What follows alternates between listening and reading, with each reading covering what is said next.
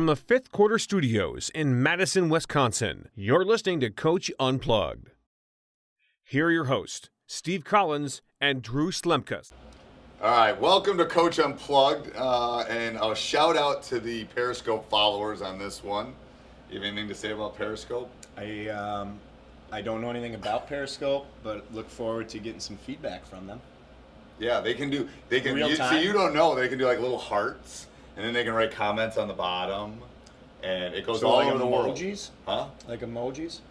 No, I don't know if they can do those. But little hearts, if you tap the screen, you get a little heart. So that's like a like. That's all like a like. Gotcha. Yeah, everybody's trying to One up the other one. You're not going to be able to get out of bed someday because the world's just going to change around you. I will always be able to get out of bed. They may not function without their technology, but... Okay. And did you get that? Side note: did you get that email I sent you about that? Intelligent computers. I did. Did you read that? I read parts of it. Okay. So will you admit you're a little wrong? No, we've been over this one before. No, we haven't been over this one about intelligent computers I'm going to taking side over the with world. Bill Gates. I understand, but Bill Gates was quoted in that article too, that he probably overstepped his bounds a little bit. Sure. Yeah. Okay. And remember, my fear is not necessarily Terminator. Yeah, or like robots taking over, but more that technology is too intrusive in our private and daily lives. I do too. I mean, we're a little bit about how it's rewiring the brain chemistry, but that's besides the point. And I think we agree more than we disagree on that. Yeah. I just worry that you're going to Terminator. No. And Terminator's not going to happen. And I don't have Sky, whatever it was. I don't have a reference point. I don't know Terminator. You never saw the movie Terminator? Yeah, we went over this already. No, I did not see any of the Terminators. The only Arnold movie I think I've ever seen is Kindergarten Cop. Oh no, and what about the one where Running Man? Isn't he in Running Man? Great movie. I always want to be in Running Man. That was a good one. I want to be the Running Man. Okay, so I'm going to get us back on topic. Yep, go ahead. Periscope. Good to see you. Periscope, welcome. This is what we do. We get off topic. That's what we do. This is what we do. What do we got here? Topic of the day. Topic of the day. And it's not Periscope like the one that goes in a submarine. Up in a sub, yeah. Yeah, but I mean, I'm sure that's where they got the name. There's also Meerkat, and there's something else too. I don't know what the other one is. But You know, it is the mirrors that makes the Periscope. It Did you ever is. make a Periscope I in science did. class? I did. we Yeah, did. that was a good spy thing. Yep. All right, so the topic of today is what should we do about a shot clock in high school basketball? I think you and I might agree on this one. Yeah, I think we should do it. I don't think we should do it. You don't think we should? I don't think it will matter. I think it's a waste of money in a financially strapped educational system to put the clock in, to hire somebody, and I mean, they would probably make it a 45-second clock, right? They I probably would hope not. But I think they... To me, I don't think any... Here's what I think actually should happen. Because I never saw the shot clock once when I was in college. Like, it wasn't a problem about getting a shot Well, off. what was yours in college? Was it up in the 40s? It was early because it was wasn't 30. it 45 first and then might went have to been 35? Yeah, it might have been 45 or even 35 maybe. It might have been 45. It was never a problem ever. Yeah. I would what eventually I'd like to see done is that we unify the rules of the game of basketball a little bit. You know what I mean? Where we have FIBA international rules, we have NBA rules, we have college rules, we have high school rules, we got 7 different sets of rules. I think we should have a version of a universal shot clock. So I would have a problem with at that. the youth levels. I would not have a problem. And I would even go to 30 seconds. I know everyone thinks it's a little quick. It's a little quick. The problem is if you do it, then you got to do it for all these tournaments, all these little youth tournaments, everything. Yeah. That's a huge expense, and it's not as easy as you think to run a shot clock. Have you ever run a shot clock? Yes, I've run a shot clock several occasions. And it's hard, isn't it? To do it well. There are times where your sight lines just don't allow you to see it. Right. That's a mistake. So you get one of these, right? Is this the shot clock violation? Yeah, that's a shot clock violation. But usually refs can override that because there's 3 of them in our game, so they have better angles on the court, so they can see if something needs to be reset or not reset. We did, interestingly enough, lose a game on a last-second shot where we shot the ball. We were down 1. We shot at UIC. We shot the ball. It grazed the iron. the refs didn't see it. They called a shot clock violation on us, and it ended up going the other direction. Instead of it actually should have reset, we got the rebound and put a putback together. Actually, the refs screwed it up completely because they didn't call the shot clock violation. They just ended the game. Well, that's a whole different podcast. Yeah, officials is a whole different podcast. This goes back to, is it difficult to run the shot clock? And it is. Yeah, because at the collegiate level, they didn't do it properly. So you're asking... And they had replay in that scenario, and they didn't even use the replay on that either. Okay, so you're asking Uncle Joe to run it in a high school of 300 that has only watched basketball for 2 years to run a shot clock. Just remember, when the ball hits the rim, you push a button. It's not really that hard.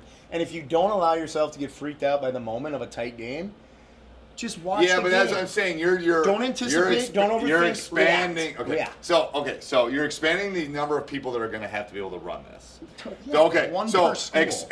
One per school, which is a lot of high schools. Maybe two because you have girls and guys. You might have different shot clock. Okay. So that you have a lot of high schools, a lot of youth programs that are going to have to implement it and put it in. Mm-hmm. It's got to cost at least $5,000 to put in. That's a total guess, but it's got to cost at least $5,000, don't you think? I don't know what a box. Okay, so you got to mount it on the backboard. Because otherwise, Grandma will stand in front of the shot clock on the floor during the game. This isn't like a yearly. The only yearly fee or year-to-year fee is going to be to run the shot clock. Right, so it's the initial expense. I think if the argument is expense, we can find ways to get we'll cross expense off the reason not to do it. I'm not sure it makes the game any better. You don't think it does? I don't know. I'm not convinced it does. Do you think, how many shot violations do you think we would have in our conference, which is a big school, Wisconsin conference? How many times do you think we would have kids rushing shots in a shot I think clock? we'd have kids rushing shots a lot. Because of the shot clock? No, well, because they have to get a shot off by the shot clock. No, it'd be because of the good defense being played that they'd have to rush a bad shot up. I think you'd have 3 to 5, and 5 being on a high-end, rare occasion shot clock. That it becomes an issue. Because it doesn't really become an issue at the Division I level at all. No. Once in a while. Mm-hmm. More at the NBA level. I mean, I don't think teams play that slow in our league that it would be an issue. I think what I think is you get pace of play. I think you get more possessions. So it goes back to our another discussion about having 2 18-minute halves. So we just want more kids to we want more possessions, more kids to play. Probably.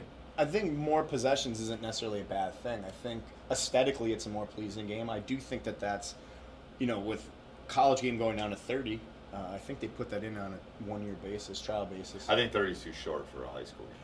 I think 35 would probably be better. Better? 30. Yeah. 35 is actually, I'd be interesting. We should run the numbers to see how many times that it would actually happen. We went into like a minute of actually hanging onto the basketball, holding onto the basketball. Right. And then with changing of going to two in our state, they're going to 2 18-minute halves. That you've taken away 2 spots where people are going to actually try to hold the ball. Yep. So, I know there's a push in our state to go to the shot clock. Yep. I don't think it's going to happen. And I think to get everybody on board. Well, and I think the financial part's a big part. And I'd actually go this. Having been from a smaller town and a smaller school, I think finding somebody, not even the expense, but just finding somebody to actually operate it, another person to be on the games crew, could be another issue. Well, I think the ideal thing is someone would do the announcing and do the shot. But they can. Look, I ran a game clock and a shot clock all at the same time. You can manage. Right, but then in our board, in our school, it's going to be a problem because you have somebody got to keep the scoreboard, somebody's got to keep the book, then you have the announcer and the shot clock guy, and then with our video board, you'd have to have somebody different. You'd have to have a 4th person running the video board. Well, isn't video board just timeouts though? No, video board's coming during the whole game. So if we have a video board, we can afford to put a dang shot clock up on. Finance isn't an issue to me. It's about the quality of the game. And it also is about, I think it prepares them for the next level. It does, but I like the uniform rule thing. I hate that. I hate that in Europe they play the game differently than they play the game here. I agree. It's a game of basketball. It's like, here's how you play soccer. Here's the rules. Let's play by it. Everyone should get together and say, here's the way we're going to play this. How's our lane going to look? Our lane doesn't even look the same. Yeah, I mean, I think like FIBA should be the overriding group, but in America, I don't know. I guess we started big time basketball.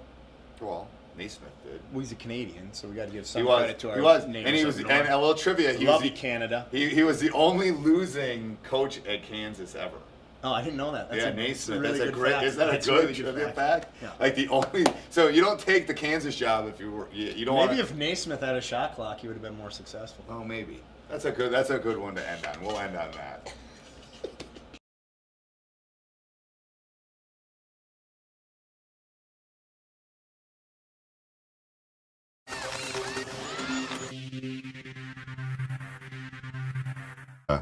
Please check out coachmarket.net. I don't think you'll be disappointed. Really happy with the blogs that we're posting and a lot of the videos. So please check it out, coachmarket.net, www.coachmarket.net, and help us out. Obviously, they help us out with this podcast, and it would be great if you can maybe go over there, look at our videos on demand, and help us out in any way. Thanks.